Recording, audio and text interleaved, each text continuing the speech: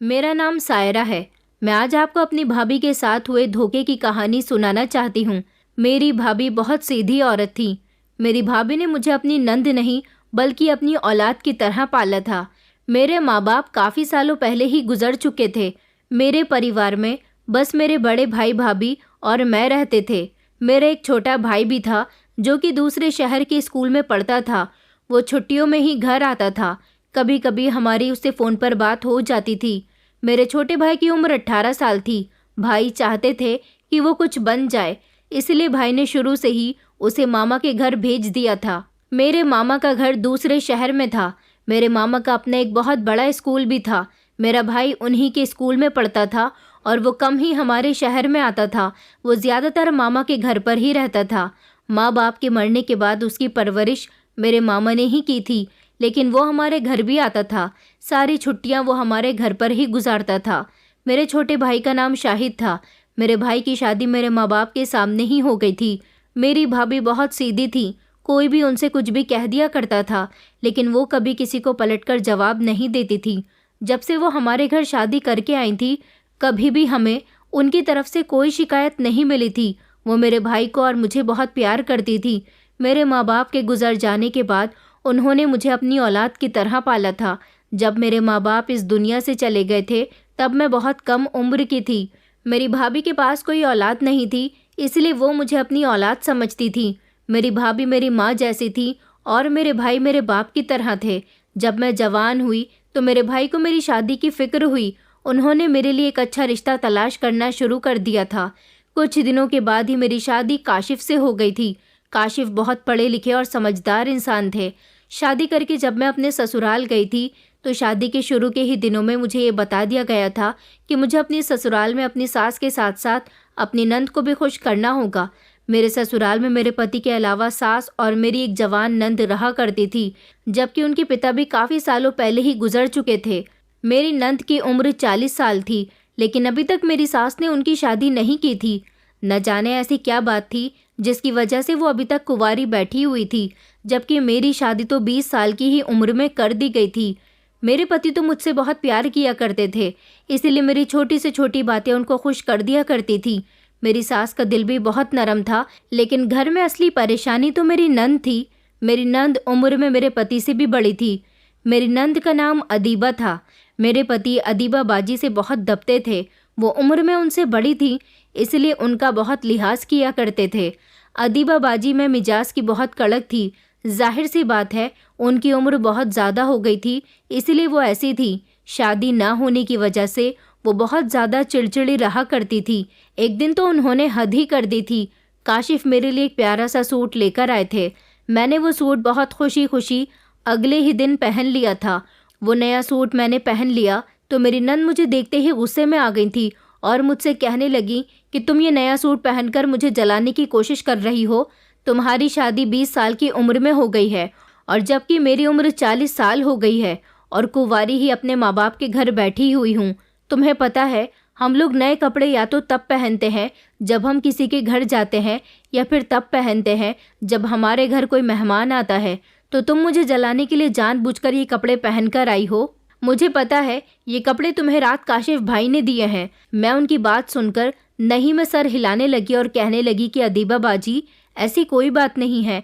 ये बात ठीक है कि ये सूट मेरे लिए काशिफ लेकर आए हैं। मैंने उनकी ही खुशी के लिए ये सूट पहना है, लेकिन ऐसा हरगिज़ नहीं है कि मैं आपको जलाना चाहती हूँ। मुझे क्या पता था कि मेरे नए कपड़े पहनने पर आपको बुरा लग जाएगा।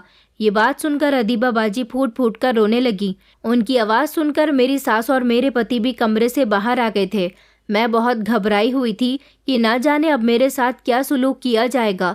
मेरी सास ने अपनी बेटी को गले लगाया और कहने लगी कि क्या बात है बेटी, तुम रो क्यों रही हो। अदीबा बाजी ने अपनी माँ को बताया कि सायरा ने नया सूट घर में पहन रखा है। वो ये सूट पहनकर मुझे जलाना चाहती है।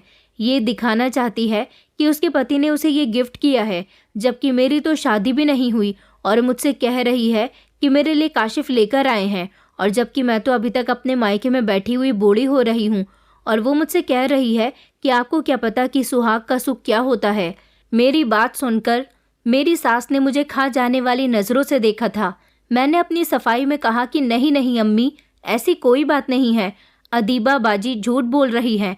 तभी अचानक मेरी नंद ने मेरे मुंह पर थप्पड़ मार दिया और गुस्से में आकर मुझसे कहने लगी कि तुम्हारी इतनी हिम्मत कैसे हुई, तुम मुझे झूठी कहो।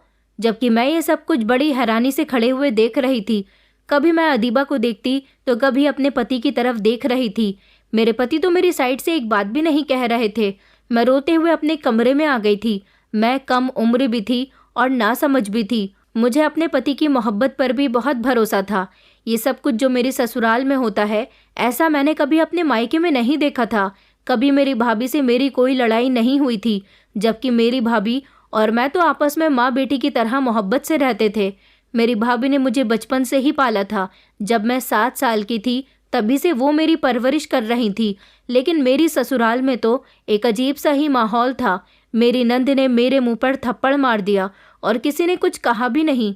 आज मेरा भरोसा टूट गया था। मेरा जी कर रहा था कि मैं सब कुछ छोड़ छाड़ कर अपने घर चली जाऊं, और फिर मैंने अपने दिल की सुनी। वैसे भी इस उम्र में ज़्यादातर लड़कियां अपने दिल की सुनती हैं। मैंने अपना सामान पैक करना शुरू कर दिया था। मुझे 100% यकीन था कि काशिफ कमरे में आ जाएंगे और जब देखेंगे कि मैं अपना सामान पैक कर रही हूँ तो फिर वो अपनी बहन को मेरे सामने लाकर उससे माफ़ी मांगने को ज़रूर कहेंगे। ये सिर्फ मेरे ख्यालात थे। 2 घंटे हो गए थे मगर मेरे पति ने कमरे में कदम तक नहीं रखा था। मैं रोती धोती अपना सामान पैक करके कमरे से बाहर निकल गई थी। मैं बाहर आई तो मैंने देखा कि मेरी सास, मेरे पति और मेरी नंद आपस में बैठे हुए न जाने किस बात पर डिस्कस कर रहे थे। काशिफ की नज़र जब मेरी तरफ गई और उन्होंने मेरे हाथ में बैग देखा तो भागकर वो मेरे पास आ गए थे। वो कहने लगे कि ये क्या कर रही हो, कहाँ जा रही हो तुम। मैंने उनसे कहा कि मैं आपका घर छोड़कर जा रही हूँ। जिस घर में मेरी कोई इज्जत नहीं है वहाँ मैं 1 मिनट भी रुकना पसंद नहीं करती। काशिफ कहने लगे कि पागल मत बनो, हम इस मामले को बैठकर भी तो सुलझा सकते हैं। मैंने कहा काशिफ, मैं आपके घर में सिर्फ एक शर्त पर ही रहूंगी। अगर आपकी बहन मुझसे माफ़ी मांगेंगी तो मैं कहीं भी नहीं जाऊंगी। मेरी सास ने जब ये बात सुनी तो वो घबरा गई और गुस्से में आकर कहने लगी कि ठीक है, तुम अपने घर जाना चाहती हो तो चली जाओ, मेरी बेटी तुमसे कभी माफ़ी नहीं मांगेगी। और हाँ काशिफ, तुम भी इसे मत रोको, जाने दो इसे यहाँ से, ये जहाँ जाना चाहती है। मुझे अपनी सास के इन शब्दों पर बहुत हैरत हो रही थी। मुझे तो लगा था कि वो मेरी साइड लेंगी। मैंने घूरते हुए काशिफ की तरफ देखा। वो तो जैसे अपने मुंह पर टेप लगाए हुए खड़े थे। मेरा दिल बहुत दुख रहा था। औरत को शादी के बाद सबसे ज़्यादा मान अपने पति पर होता है कि वो किसी के सामने अपनी पत्नी को रुस्वा नहीं होने देगा। कोई पत्नी की तरफ उंगली उठेगी तो पति उसकी उंगली उखड़ने वाला हाथ ही तोड़ देगा। मगर आज जब मैंने काशिफ का व्यवहार देखा तो मैं समझ गई थी कि इस घर में मेरे साथ ये सब कुछ होता ही रहेगा। इसीलिए मैं वहाँ से निकल आई थी। मैंने ऑटो रोका और अपने घर के लिए निकल गई थी, जबकि मेरा मायका और ससुराल एक ही शहर में था। इसलिए मुझे मायके पहुँचने में ज़्यादा देर नहीं लगी थी। मैंने घर का दरवाज़ा बजाया तो दरवाज़ा भाई ने ही खोला था। मैं भागकर भाई के गले लगकर खूब रोने लगी थी। भाई बहुत ज़्यादा परेशान हो गए थे। वो कहने लगे कि क्या बात है, तुम ऐसे क्यों रो रही हो। मैंने कहा भाई, मेरी नंद ने मुझे थप्पड़ मारा है। ये बात सुनते ही मेरे भाई के माथे पर तो जैसे बल पड़ने लगे थे। वो कहने लगे कि क्यों, उसकी इतनी हिम्मत कैसे हो गई, और काशिफ कहाँ था, उसने उसको रोका नहीं। इतनी देर में ही भाभी भी बाहर आ गई थी। मैंने भाई को बताया कि भाई, काशिफ मेरे लिए सूट लेकर आए थे, मैंने वो सूट पहन लिया था। तो मेरी नंद ने मुझ पर इल्ज़ाम लगा दिया कि मैंने वो सूट उसको जलाने के लिए पहना है, और इसी बात पर उसने मेरे मुंह पर थप्पड़ मार दिया। और मैं नाराज़ होकर मायके आने लगी तो काशिफ मुझे रोकने के लिए आगे बढ़े तो उनकी माँ ने उन्हें कह दिया कि इसे जाने दो, रोकने की कोई ज़रूरत नहीं है, ये जहाँ जाती है इसे जाने दो। भाभी ने मुझे गले लगा लिया। भाभी कहने लगी कि तुम बेफिक्र रहो, परेशान होने की कोई ज़रूरत नहीं है। भाभी मेरे लिए पानी लेकर आई थी और मुझे पानी पिलाने लगी। भाभी को मेरी और काशिफ की लव स्टोरी के बारे में पता था। दरअसल मेरी और काशिफ की लव मैरिज हुई थी। भाई बहुत गुस्से में थे और इसी वजह से घर से बाहर निकल गए थे। जब भाई चले गए तो भाभी ने मुझसे कहा कि सायरा, मैंने तुम्हें पहले ही समझाया था कि तुम पसंद की शादी तो कर रही हो, वहाँ तुम्हारी कुंवारी नंद भी है। तुम्हारी कुंवारी नंद तुम्हें कभी भी ससुराल में खुश नहीं रहने देगी। जो लड़कियां इतनी उम्र की हो जाती हैं और अपने मायके से नहीं जाती तो वो अपनी भाभीयों का जीना हराम कर देती हैं। अगर तुम काशिफ से मोहब्बत करती थी तो तुम्हें अपनी शादी करने के लिए थोड़ा इंतज़ार करना चाहिए था।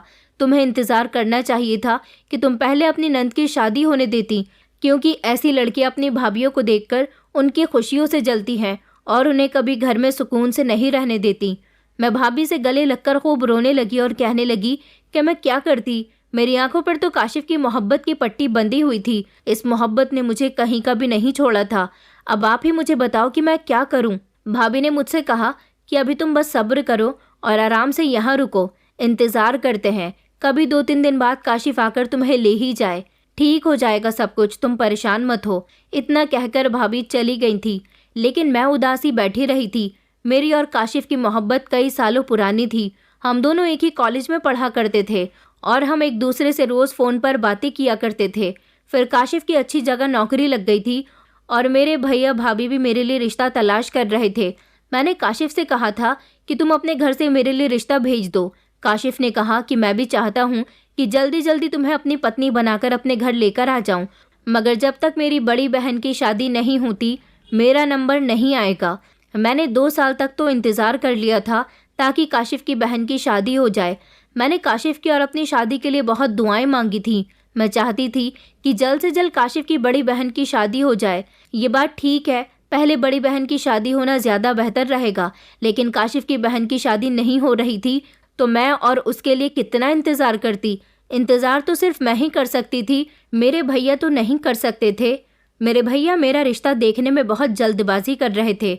उन्होंने मेरे लिए एक लड़का भी पसंद कर लिया था। मेरी परेशानी की कोई हद नहीं बची थी। टेंशन की वजह से मैंने खाना पीना भी छोड़ दिया था। मैं सारा दिन रोती रहती थी। भाभी मेरे लिए बहुत परेशान रहती थी, इसीलिए मैंने उनको अपने दिल की सारी बात बता दी थी कि मैं किसी लड़की से प्यार करती हूँ, वो भी मुझसे शादी करना चाहता है। लेकिन भैया ने तो मेरे लिए लड़का पसंद कर लिया है। भाभी ने कहा कि तुमने ये बात मुझे पहले क्यों नहीं बताई। मैं चुप हो गई और भाभी के सीने से लगकर खूब रोने लगी थी।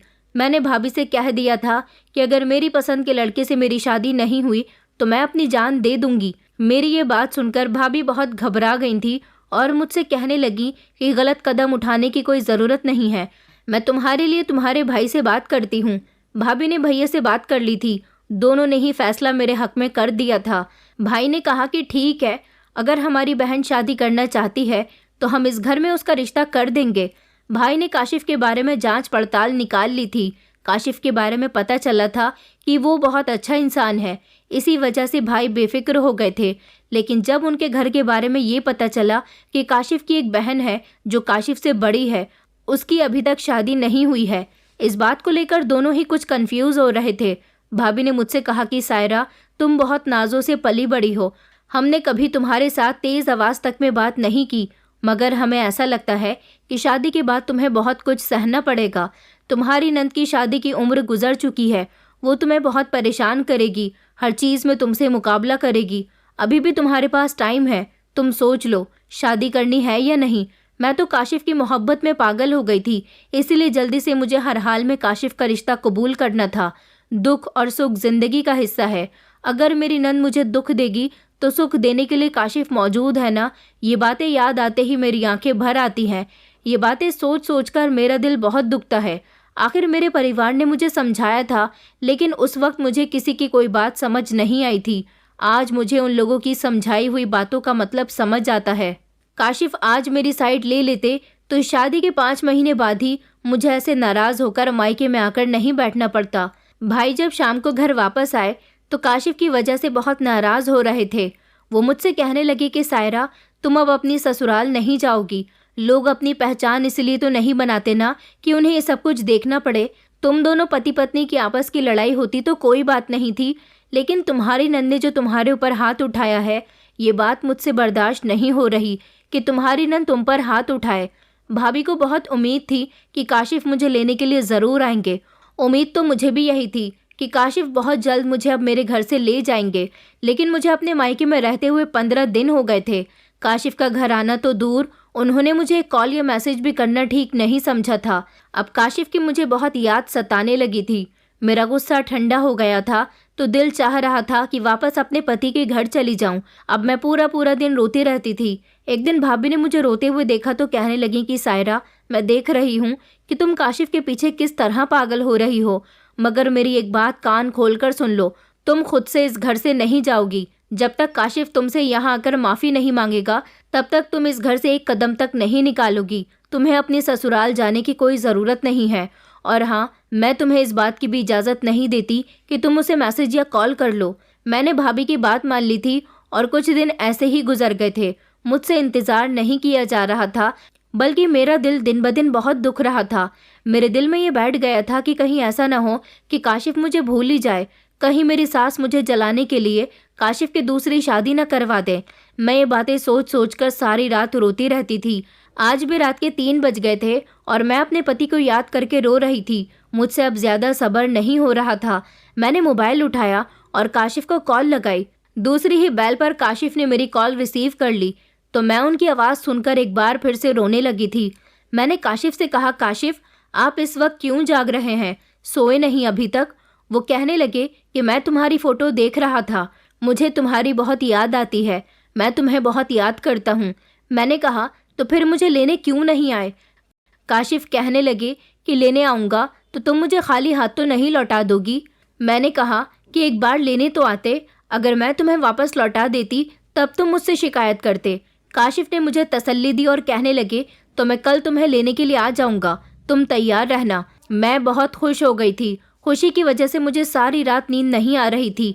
अगली सुबह जब मैं उठी तो नहा धोकर फ्रेश हो गई और नए कपड़े पहन लिए। भाभी मुझे हैरानी से देख रही थी और कहने लगी कि क्या हुआ, आज तुम बहुत खुश नज़र आ रही हो। मैंने कहा कि पता नहीं क्या बात है, आज मेरा दिल बहुत सुकून से है। खैर, दोपहर के 3 बज गए थे। दरवाजे पर दस्तक हुई तो मैंने जाकर दरवाज़ा खोला। ये देखकर मैं हैरान रह गई थी कि दरवाजे पर मेरी सास, मेरे पति और मेरी ननंद खड़े हुए थे और मुझे लेने के लिए आ गए थे। मेरी तो खुशी के कोई ठिकाने ही नहीं रहे थे। मुझे नहीं पता था कि ये तीनों मुझे लेने के लिए आएंगे। मुझे तो बस इतनी उम्मीद थी कि अकेले काशिफ आएंगे। मैंने सोचा कि इन दोनों का भी मूड मेरी तरफ से ठीक हो गया होगा। भाभी ने भाई को फ़ोन करके घर बुला लिया था। जब भाई घर आए तो भाई ने काशिफ को बहुत सारी बातें सुनाई, जिस पर काशिफ और उनकी माँ और उनकी बहन बहुत शर्मिंदा हो रहे थे। अदीबा बाजी ने मुझसे हाथ जोड़कर माफ़ी मांग ली थी। मुझे इस बात से बहुत खुशी हुई थी कि आखिर उन्होंने अपनी गलती को कबूल कर लिया था। भाई ने मुझे इस शर्त पर काशिफ के साथ वापस घर भेज दिया था कि आइंदा ऐसी कोई हरकत नहीं होनी चाहिए। मैं और काशिफ बहुत खुश हो गए थे। घर पहुंचते ही पता चला कि मेरे घर का माहौल बिल्कुल ही बदल गया है। मेरी सास तो मुझे ज़मीन पर पाँव भी नहीं रखने देती थी और मेरी नंद भी मेरे आगे पीछे फिरती रहती थी। दोनों ही बस मुझसे कहती थी कि तुम आराम करो, घर का काम हम खुद कर लेंगे। मुझे तो ऐसा लग रहा था जैसे ये सब कुछ काशिफ की वजह से हो रहा है। शायद उन्होंने अपनी माँ से कहा होगा कि मेरी पत्नी का ख्याल रखना। ऐसे ही कुछ दिन और गुजर गए। मैं अपनी ज़िंदगी में अब बहुत खुश थी। आखिर मेरी सास और मेरी ननंद मुझे बहुत प्यार कर रही थी, लेकिन मुझे नहीं पता था कि ये सब कुछ एक दिखावा है। असली बात तो बाद में पता चली। एक दिन मैं अपने कमरे में बैठी हुई मोबाइल चला रही थी, तभी मेरी सास मेरे पास आकर मेरे कमरे में बैठ गई और बड़े प्यार से मुझसे बात करने लगी।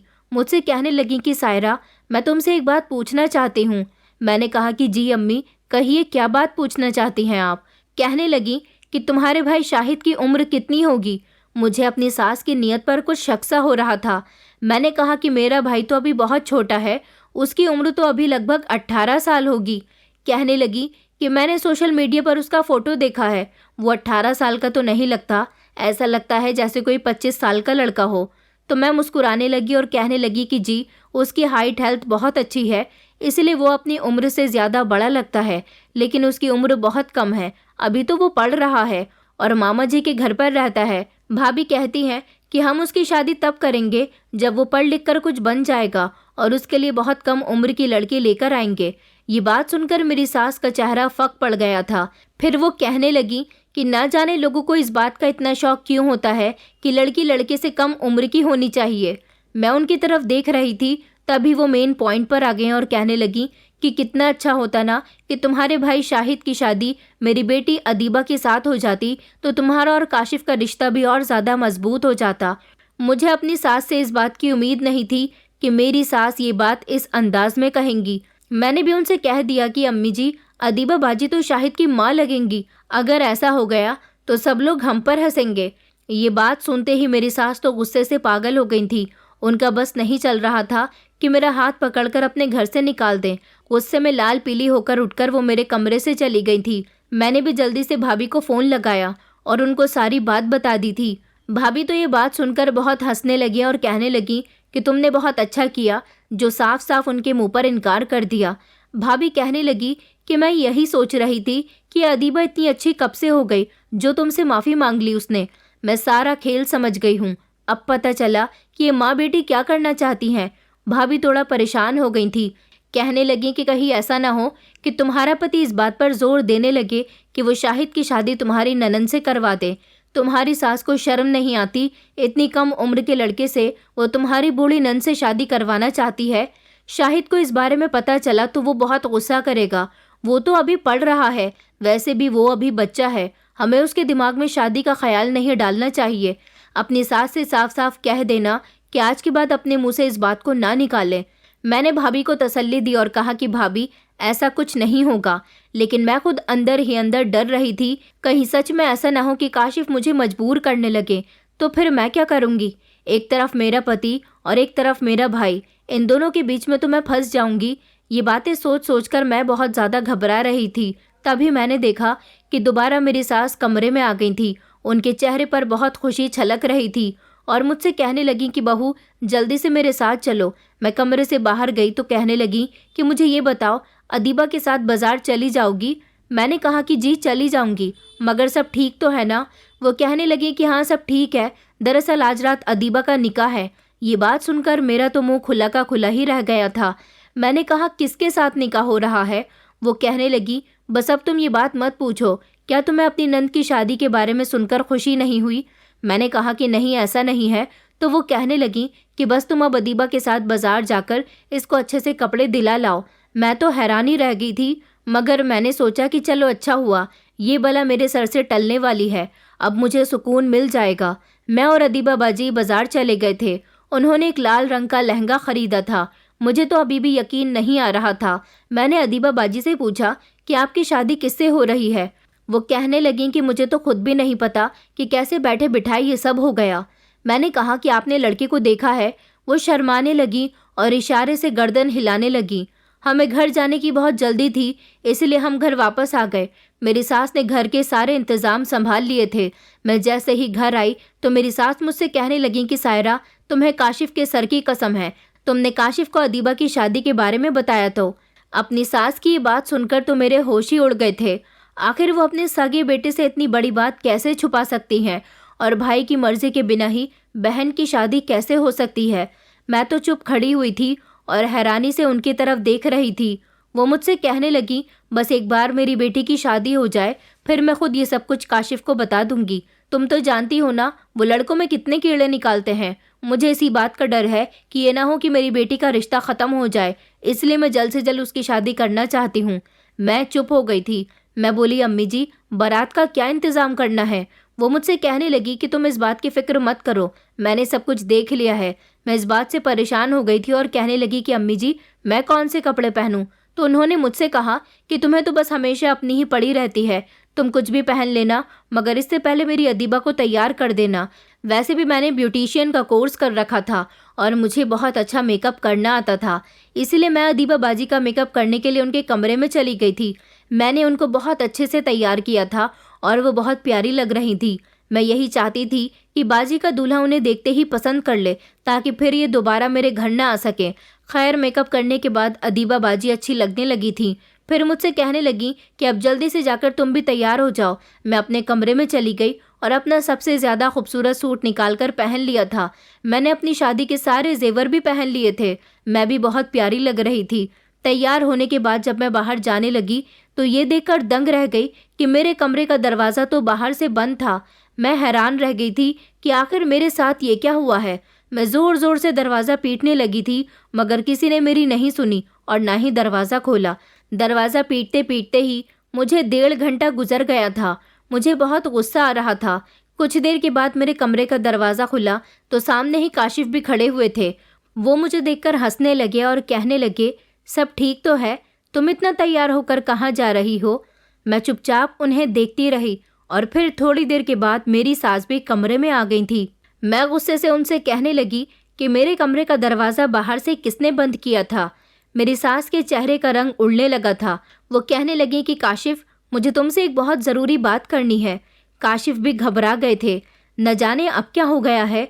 मेरी सास कहने लगी कि आज अदीबा के लिए बहुत ही अच्छा रिश्ता आया था, वो लोग मेरे जानने वाले थे, इसीलिए मैंने रिश्ते से इनकार नहीं किया और आज ही अदीबा का निकाह करवा के उसे उसके ससुराल विदा करके भेज दिया है। तभी मेरी सास मेरी तरफ देखते हुए कहने लगी कि बहू, मैं तुमसे बहुत नाराज़ हूँ, तुम तो अपने कमरे से बाहर ही नहीं निकली। मुझे अब पता चला कि किसी ने तुम्हें अंदर ही बंद कर दिया था। मुझे तो ऐसा लगा कि जैसे ही किसी बच्चे की शरारत होगी, जबकि काशिफ अपनी बहन की शादी की बात सुनकर बहुत हैरान हो रहे थे।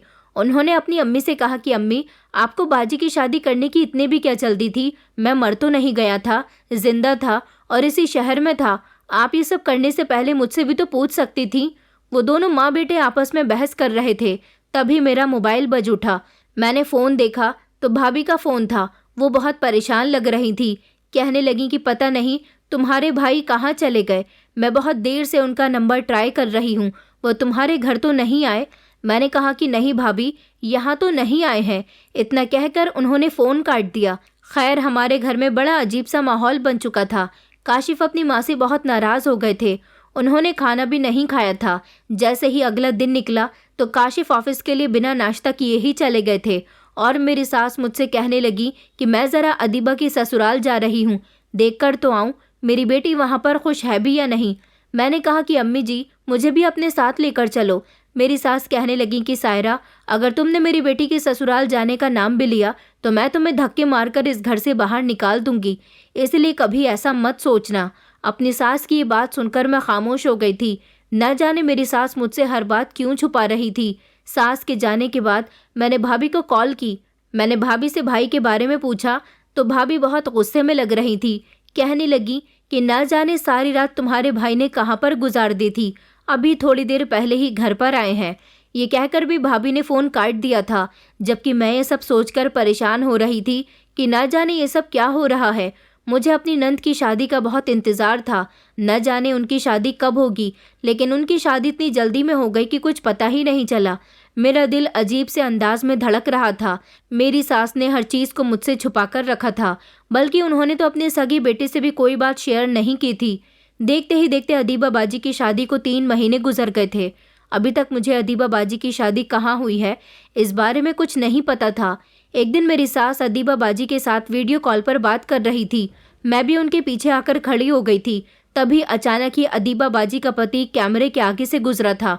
उस आदमी को देखकर तो मेरी जान ही निकल गई थी, क्योंकि वो तो कोई और नहीं बल्कि मेरा सगा भाई था। और ये देखकर मेरे पैरों तले से ज़मीन ही निकल गई थी। मेरा शरीर तो थर थर काँप रहा था। मैं कुछ कहने और सुनने की हालत में नहीं थी। मैं जल्दी से घर से बाहर निकली और ऑटो करके अपने मायके की तरफ रवाना हो गई। मेरी सास को भी इस बात का पता नहीं चला था कि मैं घर से निकल चुकी हूँ। घर जाते ही जैसे ही मैंने दरवाज़ा बजाया तो भाभी ने दरवाज़ा खोला। मैं भाभी से गले लगकर फूट फूट कर रोने लगी। भाभी मुझसे कहने लगी कि क्या बात है सायरा, फिर से काशिफ से झगड़ा हो गया है क्या? मैंने इनकार में सिर हिला दिया और कहने लगी कि भाभी, भाई कहाँ है? भाभी कहने लगी कि वो तो अपने ऑफिस गए हुए हैं, क्या हुआ? मैंने कहा भाभी, मुझे भाई से कुछ ज़रूरी बात करनी है। भाभी मुझसे कहने लगी कि उनके आने में अभी 2 घंटे बचे हैं, तब तक तुम उनका इंतज़ार कर लो और मुझे बताओ कि क्या हुआ है, तुम क्यों रो रही हो? मैंने भाभी को कुछ नहीं बताया और खामोशी बैठी रही थी। 2 घंटे के बाद जब भाई घर पर आए तो मुझे देखकर खुश हो गए। वो मुझसे प्यार से कहने लगी कि सायरा, आज तुम बहुत दिनों में आई हो, अब तुम यहाँ 2 दिन तक रुक कर जाना। मुझे भाई की शक्ल देखते ही बहुत गुस्सा आ गया था। मैं उन्हें देखकर पीछे हट गई और मैंने उनकी तरफ से अपना मुंह मोड़ लिया। मैं बहुत रो रही थी और मुझसे अब और बर्दाश्त नहीं हो रही थी। मैंने पलटकर भाई को जवाब दिया, भाई, आखिर मेरी भाभी में क्या कमी थी जो आपने दूसरी शादी कर ली है? मेरी बात सुनकर भाई और भाभी दोनों हैरान रह गए थे। भाई कहने लगे कि ये तुम क्या कह रही हो? मैं चीख कर कहने लगी कि भाई, अब ज़्यादा बनने की कोई ज़रूरत नहीं है। आपकी सच्चाई के बारे में मुझे पता चल गया। 3 महीने से जो आप हमसे अपनी दूसरी शादी छुपा रहे हो, आज जब आपकी दूसरी पत्नी वीडियो कॉल कर रही थी तो मैंने उस पर आपको देख लिया था और मुझे पता है कि आपकी दूसरी पत्नी कौन है। आपकी दूसरी पत्नी अदीबा है ना? भाई खामोश से हो गए थे और भाभी की आंखों में आंसू आने लगे थे। भाई कहने लगे कि सायरा, तुम ठीक कह रही हो, हाँ, मैंने अदीबा से शादी की है। ये बात सुनते ही भाभी तो चीख पड़ी और खूब ज़ोर ज़ोर से रोने लगी। मैंने भाभी को तसल्ली दी और भाई से पूछा कि आखिर आपकी ऐसी क्या मजबूरी थी जो आपने दूसरी शादी कर ली, वो भी अदीबा से। भाई ने बताया कि जब तुमने अपनी भाभी से कहा था कि तुम्हारी सास चाहती है कि अदीबा की शादी शाहिद से हो जाए, तो मेरा दिल बहुत दुख गया था। मुझे ये सोचकर बहुत अफसोस हुआ था कि एक विधवा औरत किस कदर अपनी बेटी की शादी के लिए परेशान है। तब मैंने सोचा कि मेरे पास सब कुछ है, किसी चीज़ की कोई कमी नहीं है, इसलिए मैं दूसरी शादी अफोर्ड कर सकता हूँ। और मैंने तुम्हारी सास को फ़ोन करके अदीबा का रिश्ता मांग लिया था। वो कहने लगी कि तुम अभी रिश्ता लेकर आ जाओ। ऐसे ही मेरी उसके साथ शादी हो गई। भाभी तो और भी ज़्यादा तेज़ आवाज़ से रोने लगी थी। भाभी ने भाई से कहा कि आखिर मैंने आपके लिए कहाँ पर कोई कमी छोड़ दी थी, फिर भी आपने मुझे धोखा दिया। अब मैं इस घर में 1 मिनट भी नहीं रुक सकती। मैं अब अपने मायके वापस जा रही हूँ। भाई ने भाभी के आगे हाथ जोड़ दिया और कहने लगे कि मैं तुम्हारे बिना नहीं रह सकता, प्लीज़ मुझे छोड़कर मत जाना। मैंने अदीबा के साथ ये शादी मजबूरी में की थी। मैंने उस पर तरस खाकर उससे शादी की थी। आखिर उसकी इतनी उम्र हो गई, उस बेचारी का भी तो शादी करने का मन करता होगा, उसके भी तो कोई अपने ख्वाब होंगे। मैं एक उम्रदार लड़की के ख्वाबों को पूरा करना चाहता था। मैं तुम्हें ये सब बताने ही वाला था, लेकिन इससे पहले ही सायरा को इस बारे में पता चल गया। ये सब कुछ हमारे लिए किसी कयामत से कम नहीं था, और भाई की दूसरी शादी को एक्सेप्ट करना हमारे बस की बात नहीं थी। खैर, शाम के समय भाई जाकर अदीबा को हमारे घर ले आए थे। अदीबा ने भाभी के पाँव पकड़ लिए और उनसे माफ़ी मांगने लगी। वो भाभी से कहने लगी कि मैं ज़िंदगी भर आपकी नौकरानी बनकर रहूँगी, कभी आपकी बराबरी करने का सोचूंगी भी नहीं। मुझे माफ़ कर दो और मुझे एक्सेप्ट कर लो। पता नहीं कैसे भाभी ने अपना दिल बड़ा कर लिया और अदीबा को कबूल कर लिया था, लेकिन मैंने अपनी नंद को भाभी के रूप में अभी तक एक्सेप्ट नहीं किया था। यहाँ तक कि मैंने भाई के साथ भी बातचीत करना बंद कर दिया था। कुछ दिन ऐसे ही गुजर गए, लेकिन मैंने यही सोचा कि मेरे भाई ने मेरी भाभी और अदीबा के साथ किसी तरह की कोई कमी नहीं की थी। वो दोनों को ही बराबर का प्यार देते थे। दोनों ही एक दूसरे के साथ अपने घर में बहुत खुश थी। जब मेरी भाभी को अदीबा से कोई परेशानी नहीं थी, तो इसीलिए मुझे भी अदीबा से या भाई से कोई परेशानी नहीं होनी चाहिए थी। तो मैंने भी अपना दिल बड़ा करके अदीबा को एक्सेप्ट कर लिया था। अब मेरी ससुराल का माहौल भी ठीक हो गया था। मेरी सास भी मुझे बहू नहीं बल्कि बेटी समझने लगी थी। ना तो अब भाई के घर से किसी लड़ाई झगड़े की आवाज़ आती थी और ना ही मेरे घर से किसी लड़ाई झगड़े की आवाज़ निकलती थी। हम सभी लोग अपनी ज़िंदगी में बहुत खुश हैं। बीते हुए कल को भुलाकर हमने अपनी नई ज़िंदगी की शुरुआत कर दी है। दोस्तों, उम्मीद करती हूँ आपको हमारी कहानी पसंद आई होगी।